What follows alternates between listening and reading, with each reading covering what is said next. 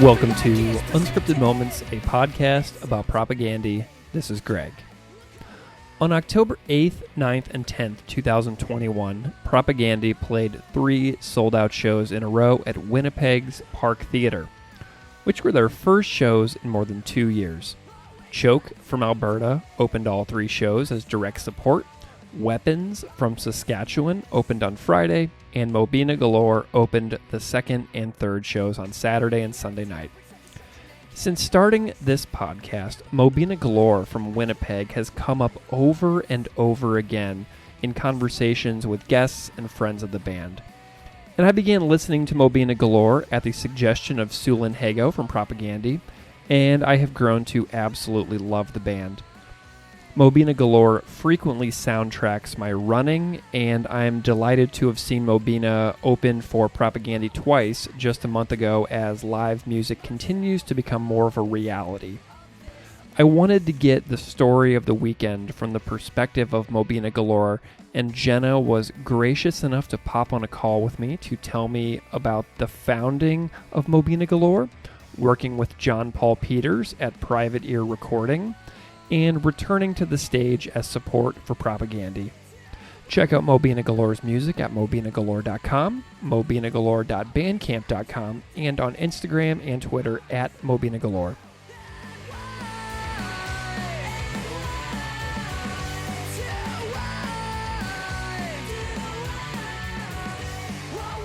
Jenna, welcome to Unscripted Moments, a podcast about propaganda, and today a podcast about Mobina Galore as well. Hey, thanks so much for having me. I'm delighted to have you here, and I'm wondering if we can just start off by having you sort of introduce yourself just a little bit to the listeners around the world who may not know you and your work. So who are you and what do you do? Yes, absolutely. My name is Jenna, and I play in a band called Mobina Galore, based in Winnipeg, Manitoba. We are a 2-piece punk band, somewhere in the punk world, at least. Drums and guitars. I play guitar and sing and do most of the songwriting within the band. Sweet. Fabulous. Yeah. Well, I want to talk a little bit about my history of finding your band. So Keith and I started this podcast about propaganda, and then what happened is we started discovering the deep well of cultural fabulousness that is Winnipeg. And your band was one of the discoveries that I made during the most intense periods of lockdown during the pandemic. And, you know, I wound up ordering some vinyl and a toque from you, which I still have and wear all the time and listen to. And so I'm just curious about what your experience was like as a band during those portions of lockdown while your band was asleep. Like, how were you spending time? What did you do to fill that year and a half? Like, tell me about those months of like total uncertainty and band inactivity. Sure. And you know what? You put it well, band inactivity, because some bands were still finding ways to be very active in terms of online presence and live streaming and all that kind of stuff. But honestly, we just took a step back and just did other stuff, which led to us working more. Like, I got my first job. Nice. I got hired. I had an interview. It was like the first time that's happened in about 10 years. But yeah, we kind of just took a break. We bought a house. I think it was April 2020, when the whole world was like, oh, this is temporary, maybe, a few weeks or a month, blah, blah, blah. So we ended up buying a house kind of at the beginning of everything, which wasn't part of the plan, but occupied a good couple months of our lives. So that was something. We got a dog last summer. So it's just very non-band related stuff, but it was kind of refreshing because usually there's that pressure to keep releasing content and keep writing songs and keep playing shows and doing all this stuff. And I love all of that, but it was nice to not have to worry about, it feeling like work. We jam in our house, and we went probably 3 months without playing. And then played a couple shows, 2 shows last summer here in Winnipeg at the Park Theatre. And then again, didn't play for like 3 months. And it was weird, but it was just kind of nice. We sort of just took advantage of the fact that we had this extra time to do other stuff and just to, hang out. And we're used to hanging out 24/7. So it was, no big deal for us to be kind of stuck in our house together. Yeah, the content pressure to release new content is something that I feel tremendously. So Keith and I started this show, and we've been cranking out episodes about propaganda like nonstop now for like a year and a half. And right now we're kind of on like a little downtime breather so that we can kind of catch up on some other things in our life now that the world has reopened. Because doing a show at this pace has really become difficult whenever the world reopened, basically. But like now I'm like, oh my gosh, is our podcast going to become totally irrelevant? And even though we don't make any money from this, it's still like you really want to do a good job about those things. And like I was just really scared to kind of let it go for a little while. Did you feel anything like that? Or was it just like, we're good with this? It was mostly we're good with this, but you can't help but always want to compare yourself to other artists and to be thinking, am I not doing enough? Am I being lazy? So, like those were for sure questions that I asked myself. But at the end of the day, it was like, if I wasn't in the mood to be playing music, then it's not a big deal because I knew it would come back, right? I have so much admiration for people like you and other artists who were just full on like going hard with Patreon and like investing so much time and money for basically free live streams. Like we did a couple acoustic online streams. Yeah. That was kind of the extent of what we cared to do. We're like, we don't really want to play these acoustic things anymore.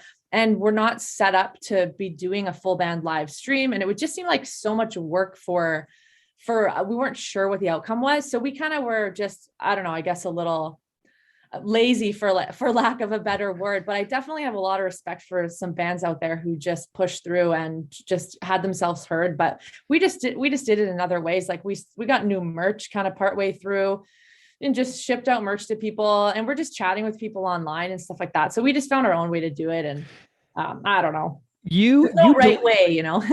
You deliver merch like personally in town, don't you?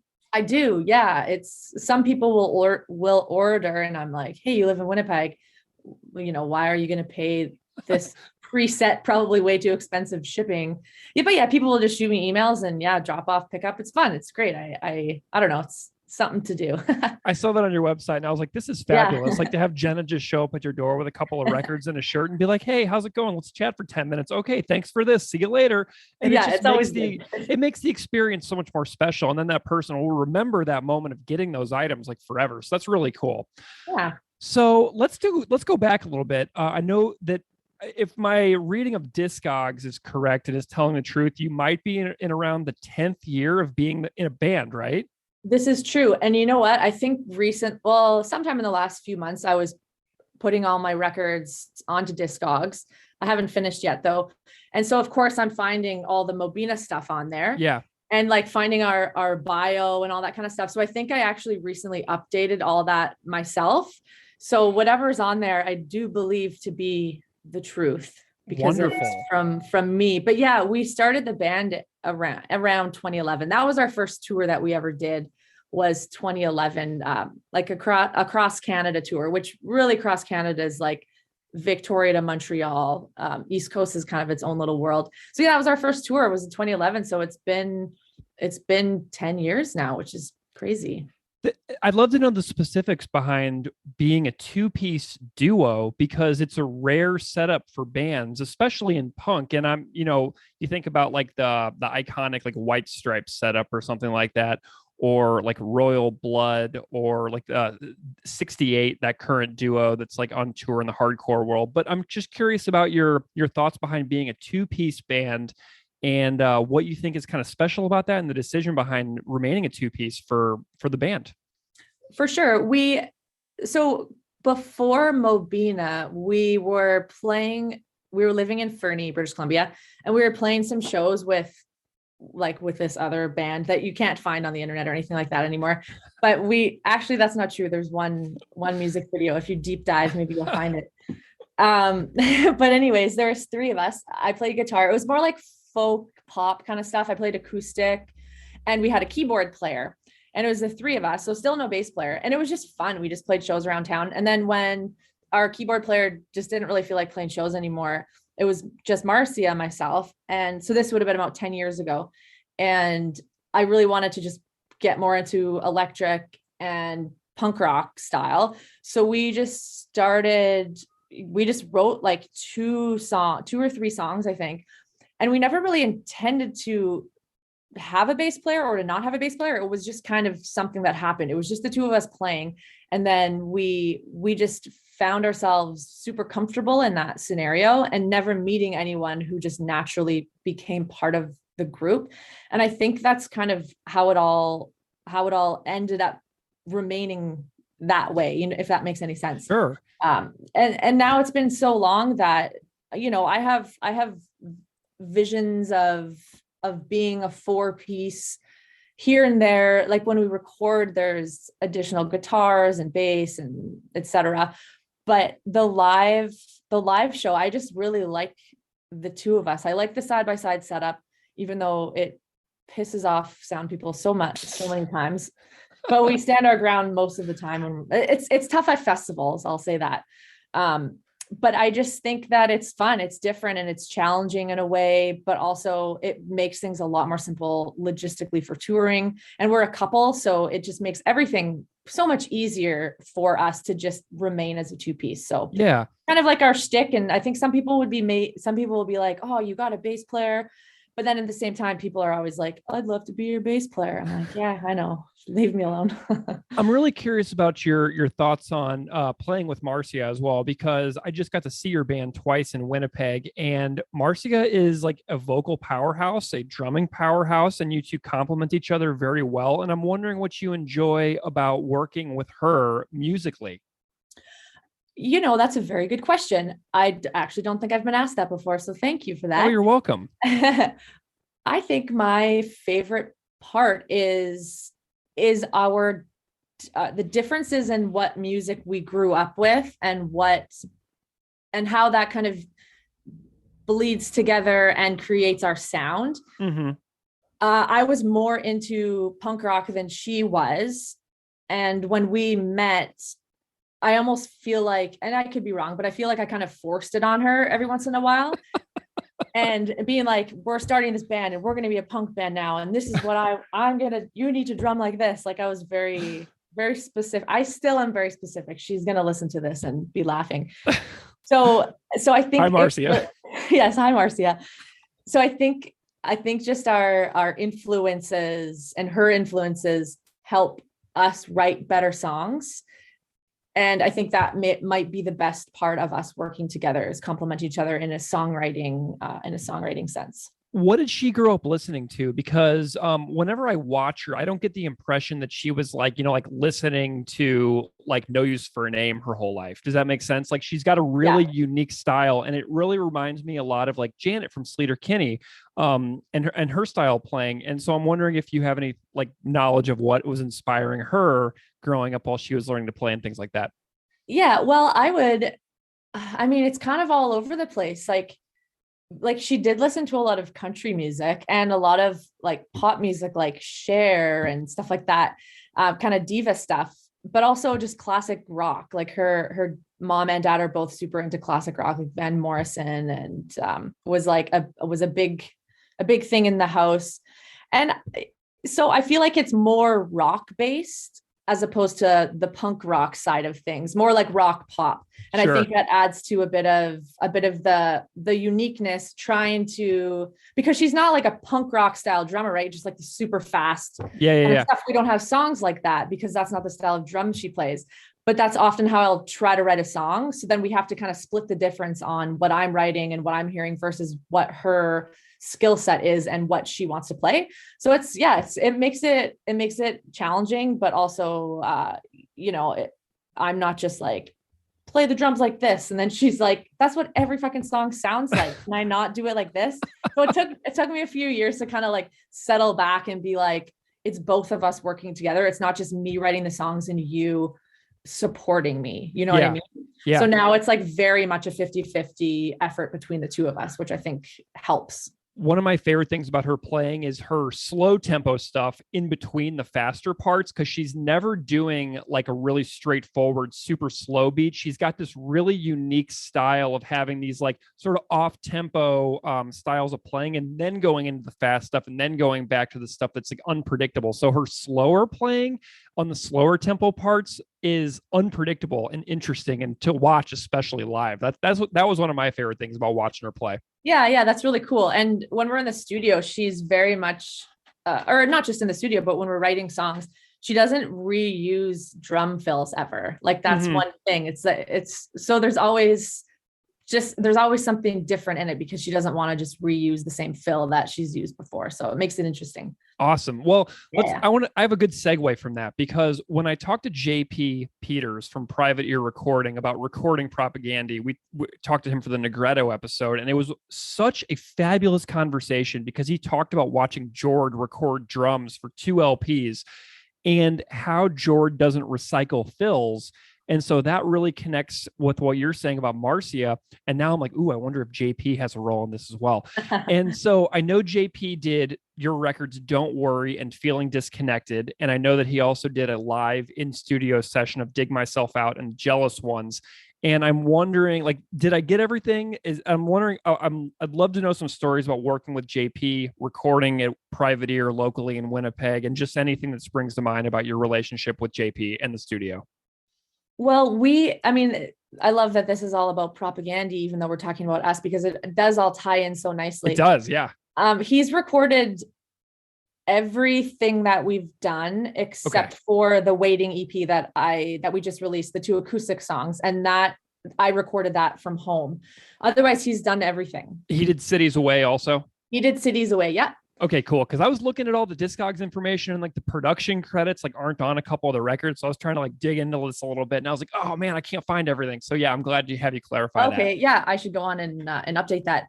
So I found him when we moved back to Winnipeg, I guess, because Marcia is originally from Winnipeg. I'm not. We moved here in 2012, I think it was. And we were looking, or maybe 2013, we were looking to record an album, like our first record. So even though we started 10 years ago, we didn't really know what our plan was until after we released our first record in 2014. So I was just looking through CD liner notes and looking at where records I liked were recorded. Nice. And so Propaganda's, I think it was Failed States. Failed States, yeah. So that one was recorded. I was like, John Paul Peters, wrote his name down, Googled him. I was like, oh shit, this guy lives in Winnipeg. So sent him, I don't even know what I sent him, a demo of something. I don't know how we made a demo because we didn't have any way to do that. Anyways, we sent him something and he was into it. And so that was how we got together with him, was from that Failed States album. And he just becomes part of your team in whatever role you want him to take on. So he can be as involved as you want him, or just hitting record, and making it sound good. And so from the top, it was our first proper experience in the studio. So this would have been in 2014, I believe. And we're like, yeah, we don't really know what we want to do. We're a 2-piece, but we don't want to record it as a 2-piece because we hadn't really figured out our sound yet. I hadn't even quite figured out my voice yet at that time. And he just kind of helped us through it. He's like, awesome. Just let me know when I'm going overboard with too much production or too much instrumentation, and we'll take it back.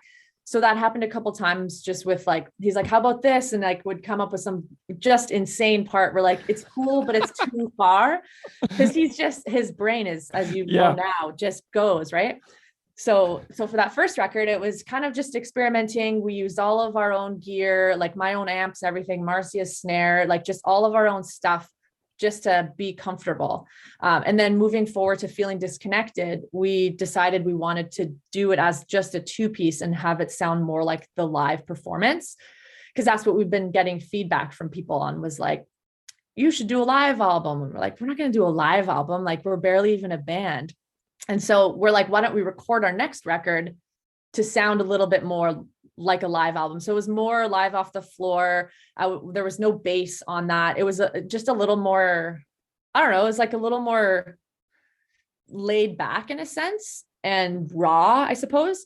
And then moving into Don't Worry, again, we worked with him and decided to split the difference on the 2 records. And obviously at this time, it had been 6 years or so of us playing shows nonstop and writing and just getting way better at our instruments and singing and performing and being in the studio. And so we split the difference between the 2 records.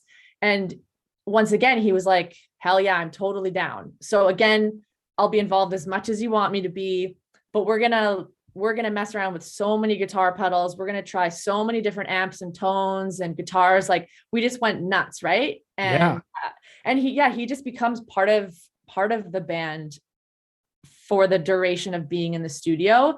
And he's just such a positive guy for the most part, that he just like, he makes it a good experience because his name is on it and he wants it to be as good as it can be. So yeah, he's just, and he seems like he's legit a fan of our band and does like our songs. So he has lots to say, lots to add, but doesn't take offense when we turn down ideas that he comes up with, which I think is super important. I love it. Well, hi JP and Vanessa. I love that conversation that I had with JP. He was like taking me around. He had me like live on a Zoom call, but on his phone. So he was walking me around the studio, showing me all the places in the studio and everything. And I was just like totally, my brain was just exploding with nerdiness. And so I'm glad that JP was able to come up, and I'm glad that you enjoy working with him, because like I'd imagine that over the course of the years, like whenever you come in knowing what to expect with JP, like you hit the ground running with ideas like a lot faster because there's less of a sussing out between you and like personality wise. Does that make sense?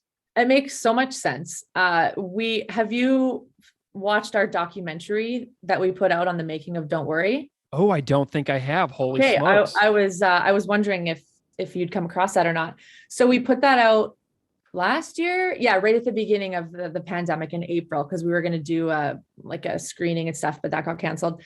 So we had our friend come in the studio with us just to record the process, and we didn't have an idea of what we were using the footage for. I just love music documentaries and behind the scenes studio stuff.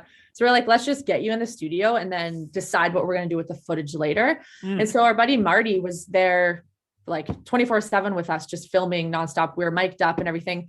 So yes, so that gives you like a really good story behind the record specifically, but also just our relationship with each other in the band and JP as well. Because I mentioned this in the documentary, which is why I brought it up, because we kind of speak this language, right? As I'm sure a lot of artists and producers do when they're in the studio. You just say certain things that click with the other person. You know exactly what they mean by, just this kind of obscure language that you use with each other.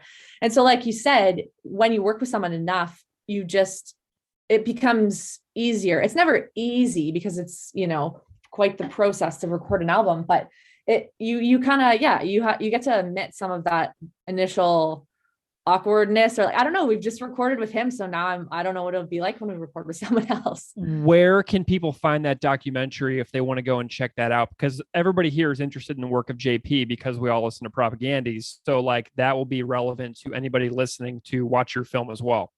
Yeah, absolutely. It's on YouTube, and the documentary is called Sorry, I'm a Mess. The awesome. Making of Don't Worry. So yeah, you can just search that on YouTube. Our YouTube channel is all up to date and everything. So you just go there and you can find it. It's 45 minutes and it features 4 tracks, 4 feature tracks is how we ended up working the documentary together, which kind of goes through the process of us recording and then also us about to start a tour like 2 days after we finished recording. But of none of those songs, because all those songs we're recording are new and our tour is for all of our old songs. So it's like, yeah, it's kind of, that's the angle we took in it. And it worked because the footage there is real. I'm very stoked on it. It's cool. It's a cool documentary to have, for us ourselves even. Well, I'm going to have a movie night, and I'm embarrassed that I'm going into an interview with you and I didn't watch your film, but I do listen to the records and I have seen you live. So I'm like 2 out of 3 here. Absolutely. So you just had a really wonderful experience basically a month ago today. I was up in Winnipeg for the 3 Propagandy shows at the newly renovated Park Theater in town.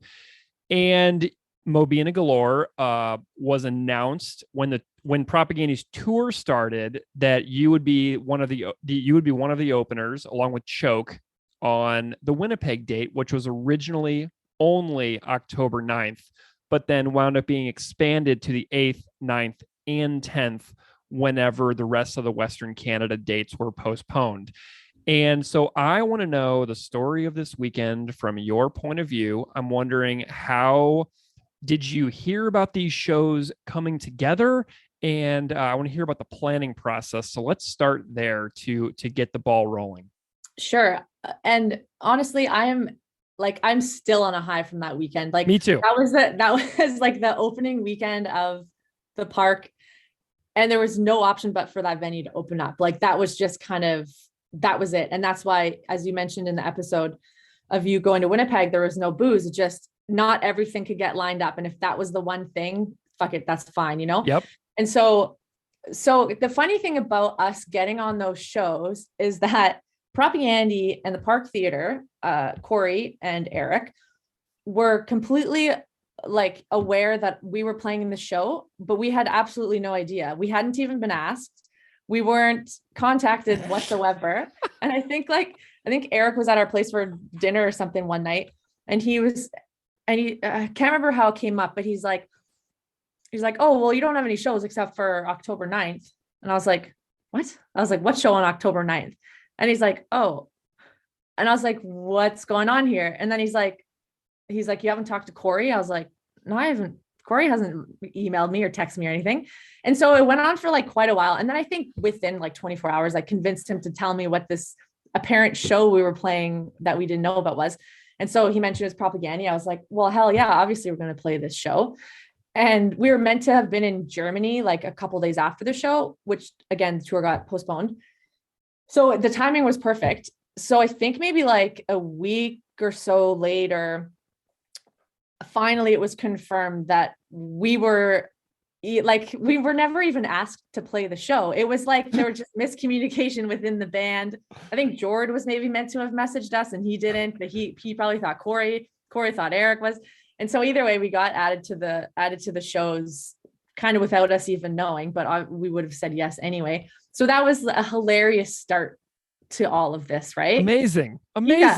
Yeah. And like, there were so many shows that were meant to have happened at the park before this weekend that unfortunately got canceled. So this ended up being like that first weekend back for so many people at like full capacity, and so we were just like, we just couldn't wait. We're like, okay, we got to start practicing immediately. And I mean, as an opening band, you're only playing 30 minutes. So it's not that big of a deal. And I mean, in hindsight, we should have played 2 fully different sets, but we played the same set both nights, which is fine. Yeah. And it was great both nights. Yeah, I had a better, so we played Saturday night and Sunday night. Saturday night was the first night I was like, this is so good. I was just so pumped on the set. I'll always mess up something and it's not a big deal. But Saturday night, I was so stoked. And I think Sunday was Marcia's preferred show. So it's always interesting. It's tough to both have the same favorite night. But I mean, where do I start? Like, we were just so pumped. And we live a block and a half away from the Park Theater. Oh, cool. So, yeah. So we drove our gear a block and a half, parked at the back of the venue, and didn't pick up the van for like 3 days. I don't know if we're supposed to like keep our van parked back there for that long, seeing as we live so close.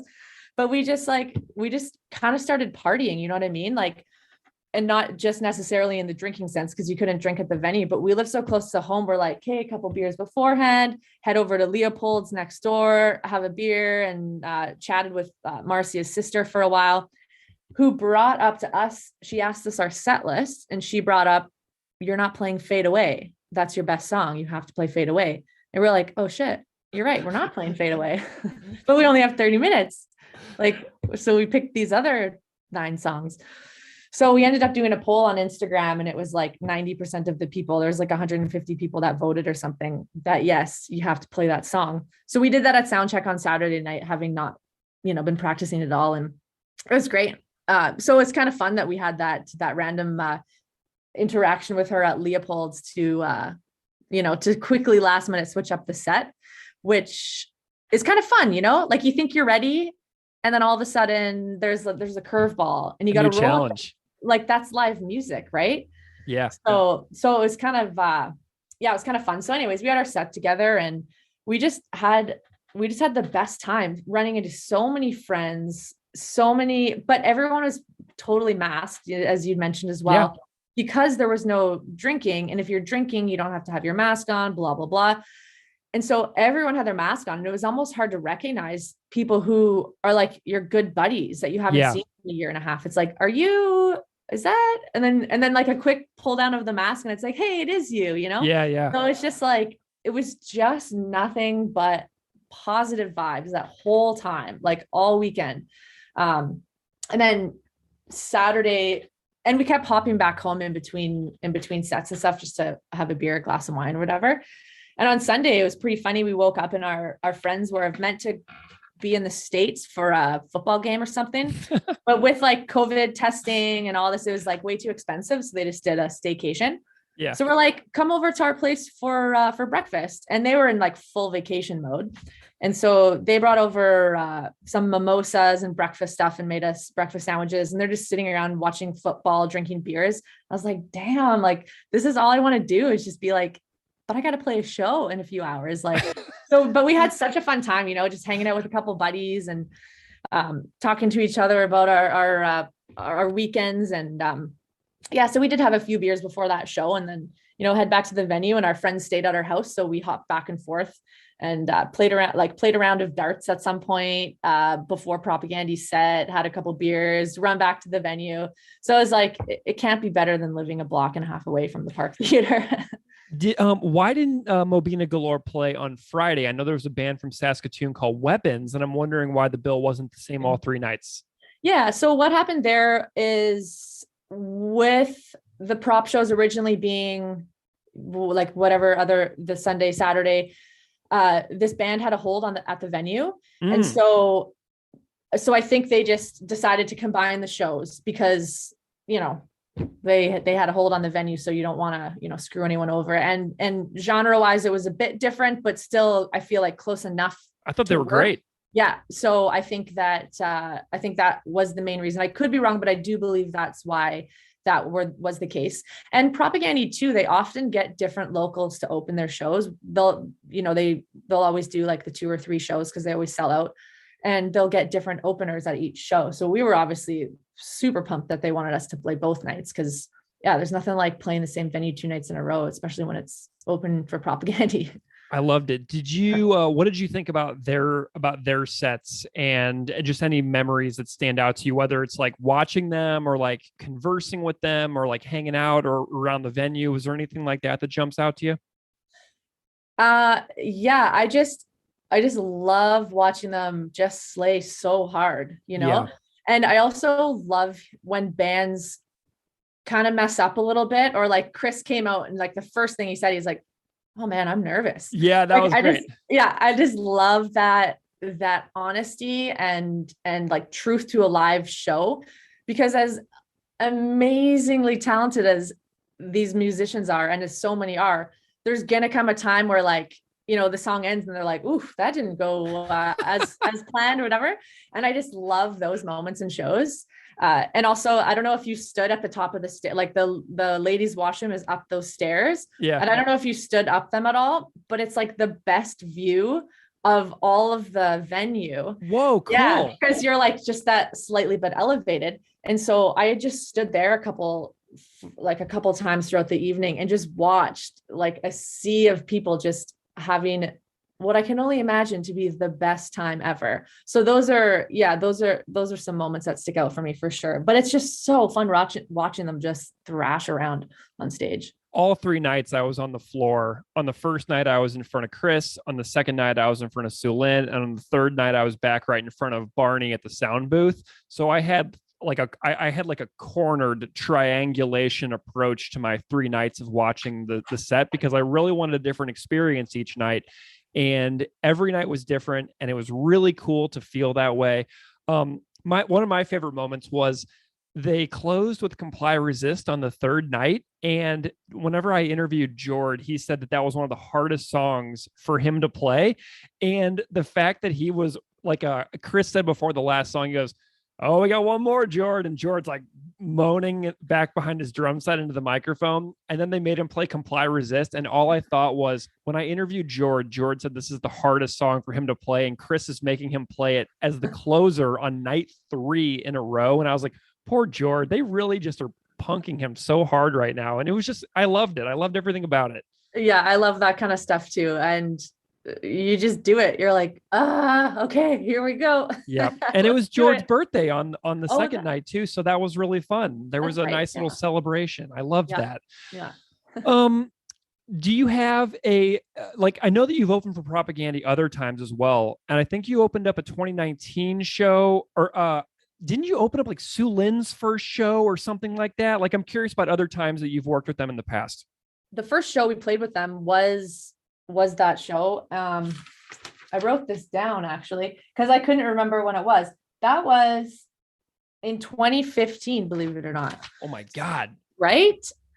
So like that seems crazy. I feel like that's wrong, but I looked it up, so it must be right. Because yeah, we played her first show with Propaganda here in Winnipeg, and that was our first time playing with them as well. So it's just like double epic right there, you know. It was, and that was my first time seeing them live as well. So it was just like everything was just so perfect. And that we'd only just released Cities Away a year ago. Actually, it was the year anniversary of releasing Cities Away.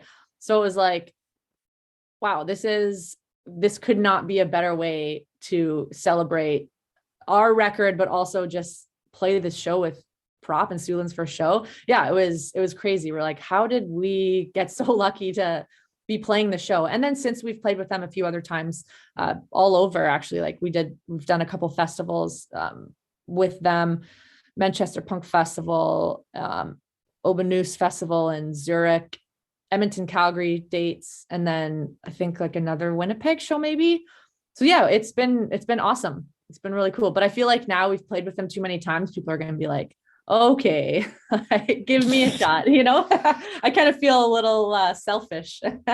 Well, when we started the show and I started sort of befriending them a little bit and collaborating with them for episodes on the podcast, I said to Sue Lynn, what are some bands and some people in bands that you know that you've worked with that you definitely think that we should talk to for the podcast? And Sue Lynn's first answer was Mobina Galore in Winnipeg. So I actually heard about your band from Sue Lynn directly right when we started the podcast. And so that's why I know about Mobina Galore is Sue Lynn is the first person who told me about your band. So hello, Sue Lynn. Thank you for that. That is very cool. That's cool to know. Very cool. Do you have a favorite Propaganda record? I was thinking about that today while I was working. I deliver donuts. And so I was just listening to, well, I had time to listen to like 3 or 4 of them.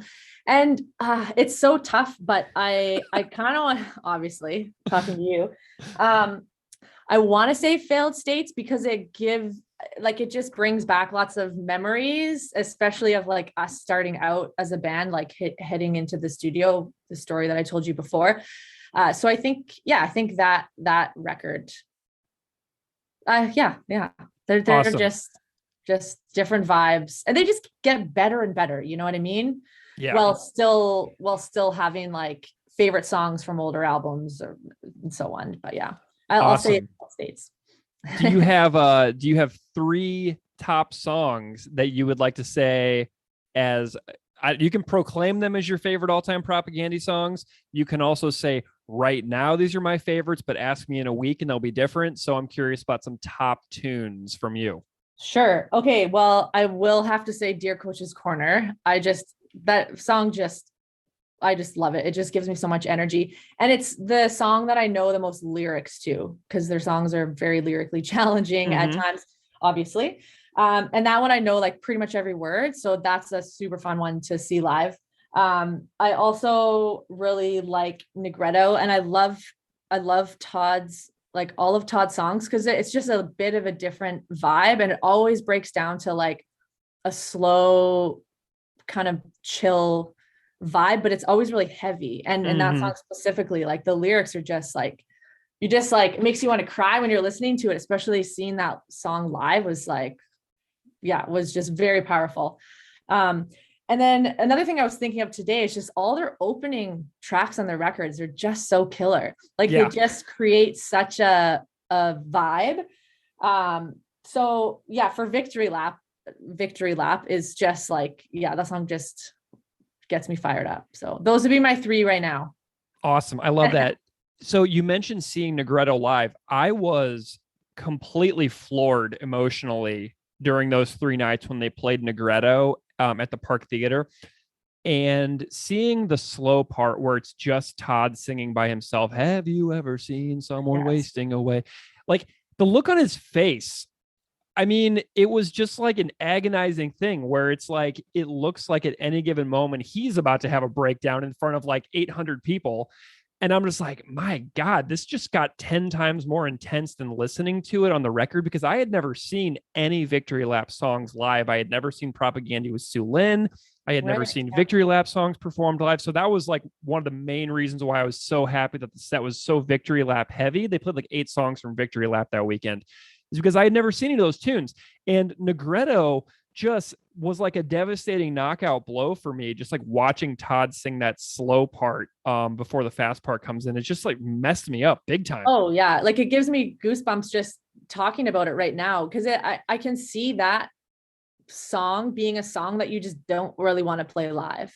Mm-hmm. And so to see it live, it's like, it was just so powerful. Yeah. That was incredible. Absolutely. Well, Jenna, what are some next steps for your band, Mobina Galore, as we ease our way into a sort of kind of maybe reopening of our planet? Well, yes, the slow reopening has begun. I feel very positive about it. We have our 2022 is actually shaping up quite nicely. We're already maxed out at local shows, which is great. And we've got our German tour in April and May that has been postponed for the 3rd time now, that I'm very confident will happen. And then we haven't announced all of that yet, but then we'll be back in Germany again in October. We have something that just came up that's not confirmed, nor can I say anything about it. That is going to be epic early next year. Yeah, it's like things are just happening. And in the meantime, we really need to work on writing some new songs. We've got bits and pieces of several new songs, but nothing has actually been arranged in the jam room or anything. So that is something that we really need to do. But honestly, since this Propaganda weekend, we've just been like, life has just been so fun. And like everything is just like, I just can't find time to like just relax and get back into writing music. I'm just fired up. Like it's just been such a good time since those shows, just other things happening as well in Riverview here. And like, yeah, I need it to snow. Actually, I need it to snow and I need it to get cold so that I stay at home more. And you lock down and then you get the guitar out. Exactly. Yeah. So real quick, I'm just curious. Can you tell me a little bit about because you mentioned you're going to Germany. You mentioned Germany several times. Is there like a special sort of fan base for your band in Germany that's like kind of like a unique little base around for you guys? Yeah. Our biggest market is Germany. When we released Cities Away, we ended up signing with like handshake deal signing with a label called Gunner Records. I don't know if you'd seen that on Discogs at all. Yeah. So they picked up our Cities Away album in 2015. And interestingly enough, that first tour we were on there is when we were in at our tour manager, our buddy's place in Berlin at the time. And that's when we got the email about being asked to play this Propaganda show. And we were like, holy fuck. So we were on our first Europe tour on our new label in Germany, and yeah, got asked to play this prop show. So it's, yeah. And so Gunner Records picked us up in 2015, and we've been going there. We go there about twice a year, obviously with the exclusion of the last couple of years. And he's got us on tours with Against Me because Gunnar used to drive for Against Me back in the day. He drove a tour or something. And there's actually a photo of him and a story about him in Laura Jane Grace's book, Tranny. So yeah, so like we owe so much to Gunnar, and he helped us build our audience, but people just loved us. People loved us right away. And we have really awesome shows in Germany. So yeah, we do focus a lot of our attention overseas. I'm sure it's just a tragedy to have to go to Germany twice a year. I know it's brutal. We go enough now that there's like our favorite places where we need to go get food, or like cities that you need to book a day off before or after and all that kind of stuff. And we'll book ourselves WestJet Plus maybe on the way home, just like, we deserve it. We deserve it. So yeah, we have a great time when we go overseas. That makes me so happy. Well, Jenna, where can people find all of your stuff? Where would you direct their attention if they want to know more? We have a pretty weird band name. And so when you Google us, we're the only thing that pops up. I'm the one who runs everything, like the Instagram, Twitter, Facebook, all the social media and stuff. I do all of our merch. So if you wanted to reach out to us, everything comes to me. We get a lot of messages from people, which is awesome. And often it's like, hey, I'm sending you this message. You're probably never going to see it, but I just wanted to let you know that I love your band. And then I always write back. Yeah. And I'm like, hey, what's up? It's me. And then they're like, oh my God. So some people like, I love interacting with fans and finding out how people heard about us. I find that really interesting as well. So yeah, just Google us. We got tons of music videos. We've got lots of live stuff out there. During the pandemic, I did a bunch of tutorials. I'm just remembering this now, a bunch of tutorials for songs. Like I would just put it out there. Like, what song do you want me to show you how to play? And our songs are quite simple, but like still, if you're learning how to play guitar, maybe the strumming pattern is like a little different. It's no propaganda, like sheet music or anything like that. I'm not even going to bother. No way. Yeah, we got lots of stuff on YouTube and Spotify, and I make lots of playlists on Spotify as well of like lots of different genres of music that I like. So yeah, just come say hi wherever, order some merch and see what's up. Jenna, thank you so much for coming on Unscripted Moments, a podcast about propaganda, and today a podcast also about Mobina Galore. It's just been a real pleasure. Yeah, it's been really awesome. I feel like we could chat forever.